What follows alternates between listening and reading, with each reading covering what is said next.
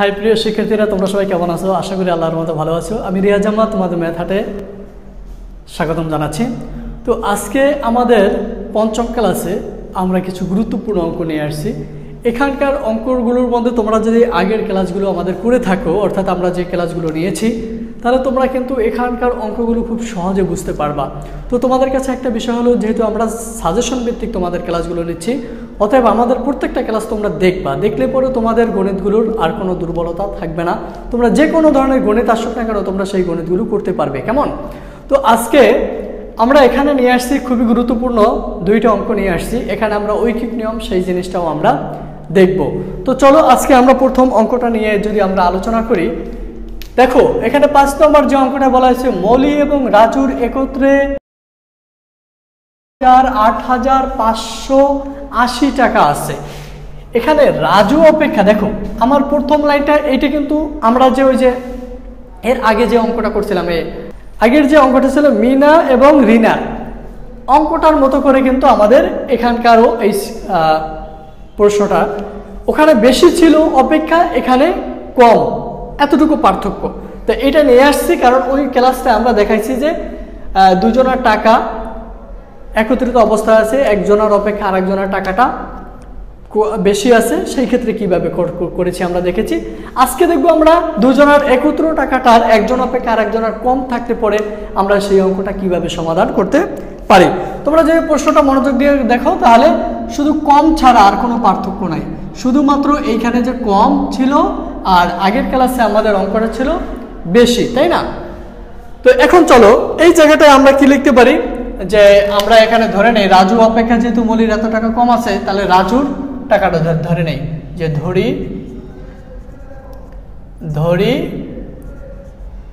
রাজুর আছে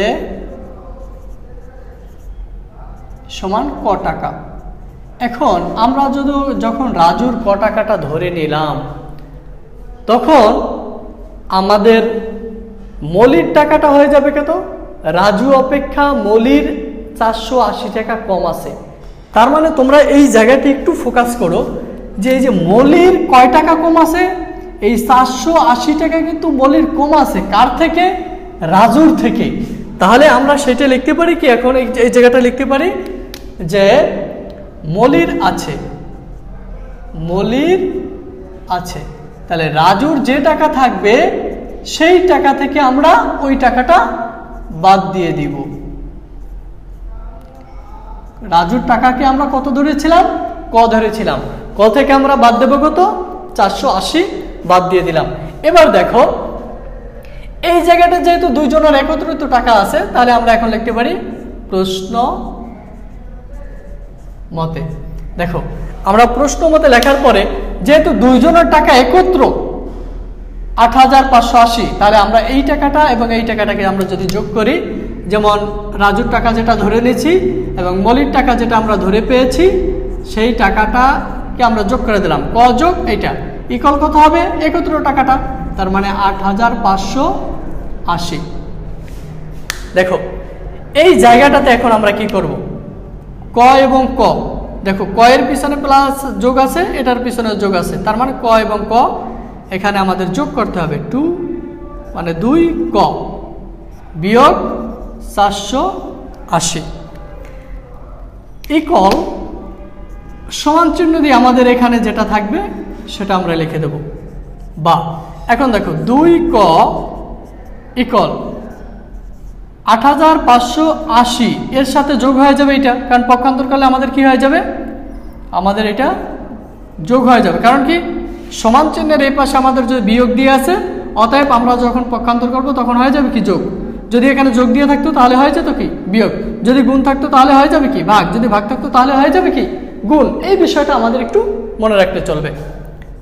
বা দেখো 2 ক ইকুয়াল এইটাকে যদি এখন আমরা যোগ করি, দেখো যোগ করলে 8 8 8 কত হবে?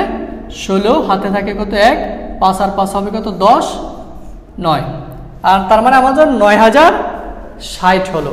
এবার দেখো আমরা কয়ের মানটা বের করে নিয়ে আসবো। আমাদের পূর্বে যে অঙ্ক যেভাবে আমরা করছিলাম, ক ইকুয়াল তাহলে কত হবে?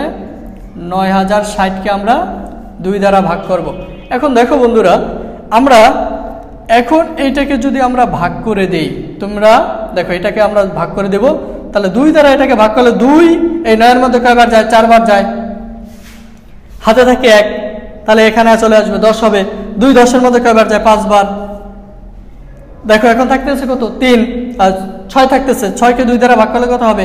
3, আর এই 0 রয়ে গেল। তাহলে দেখো আমরা কয়ের মানটা কত পাইলাম? কয়ের মানটা পাইলাম 4530 টাকা। এখন বলো যে এই ক আসলে কে? এই ক হলো আমাদের রাজু।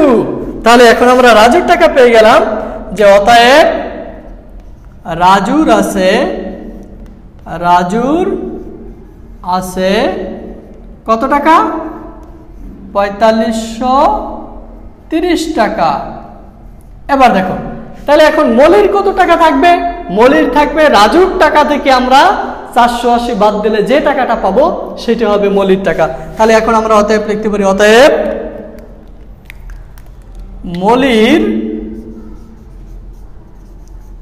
মলির আছে কত হবে? রাজুর টাকা। রাজুর টাকা কত? 4530 থেকে আমাদের বাদ যাবে 480।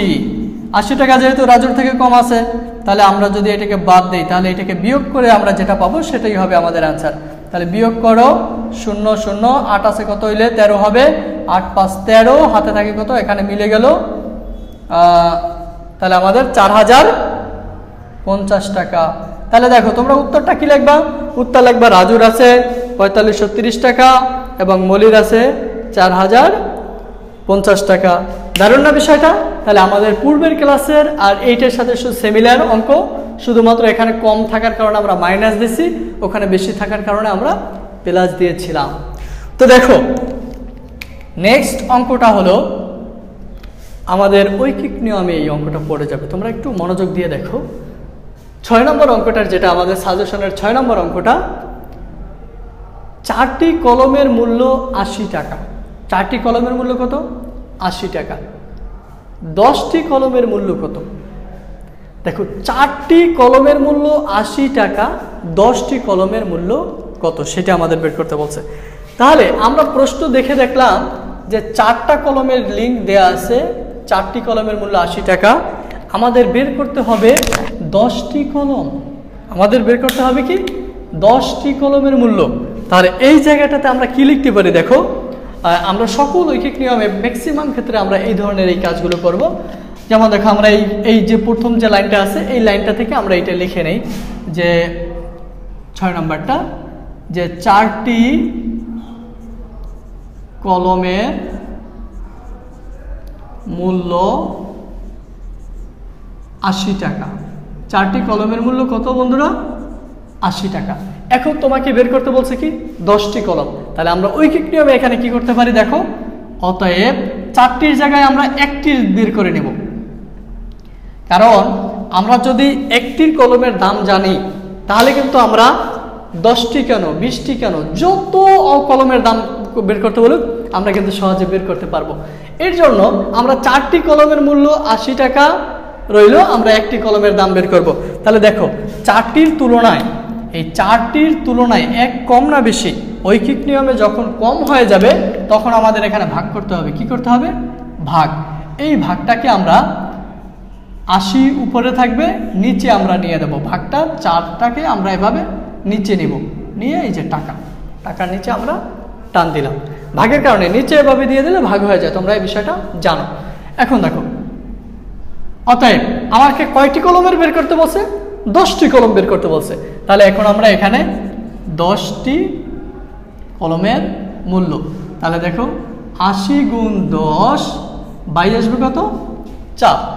এখন দেখো, এখন আমরা যদি এটাকে কাটাকাটি করি তাহলে দেখো তুমি যদি 4 দিয়ে এটাকে কাটো তাহলে কতবার কাটবে? 4 8-এর মধ্যে যায় 2 বার, আর এই 0 থেকে যাবে 20 বার। তাহলে দেখো এখন 4 দিয়ে এটাকে আমরা কাটাকাটি করলাম। এখন 20 এবং 10কে যদি আমরা গুণ করি, অর্থাৎ 2 0 বসবে আর 2 অক্ষে 200 টাকা। তাহলে 10টি কলমের দাম কত? 200 টাকা। তাহলে আমরা উত্তর লিখতে পারি, উত্তর 10টি কলমের দাম 200 টাকা। আমাদের অ্যান্সারটা কিন্তু বের হয়ে গেল। তো বন্ধুরা, তোমাদের এই ধরনের ঐকিক নিয়ম যেভাবে আসুক তোমরা কিন্তু এইভাবে করতে পারবা। প্রথম কাজ কি, 4টি কলমের মূল্য এত টাকা, তাহলে 1-এর জন্য কম হয়ে যাবে, কম হয়ে গেলে ভাগ, আবার 10টি কলমের জন্য বেশি হয়ে যাবে, এর জন্য উপরে গুণ। তোমরা এই জিনিসটা সবসময় মনে রাখবা, কম হইলে নিচে গুণ হয় অর্থাৎ নিচে ভাগের দিকে চলে আসবে, আর বেশি হইলে উপরে চলে যাবে অর্থাৎ এই 80-র সাথে গুণ হয়ে গেল। বুঝতে পারছো বিষয়টা? আশা করি তোমাদের কোনো কোশ্চেন থাকলে তোমরা অবশ্যই আমাদেরকে জানাবা কমেন্ট বক্সে, সেখানে অবশ্যই তোমরা কোশ্চেন করতে পারো। তোমাদের জিজ্ঞাসা থাকলে, জানার থাকলে অবশ্যই তোমরা কোশ্চেন করবা। আশা করি তোমাদের ক্লাসটা ভালো লাগছে এবং আমাদের পরবর্তী ক্লাসের জন্য তোমাদের নিমন্ত্রণ রেখে এখানে আমাদের ক্লাসটা শেষ করছি। আসসালামু আলাইকুম ওয়া রাহমাতুল্লাহ।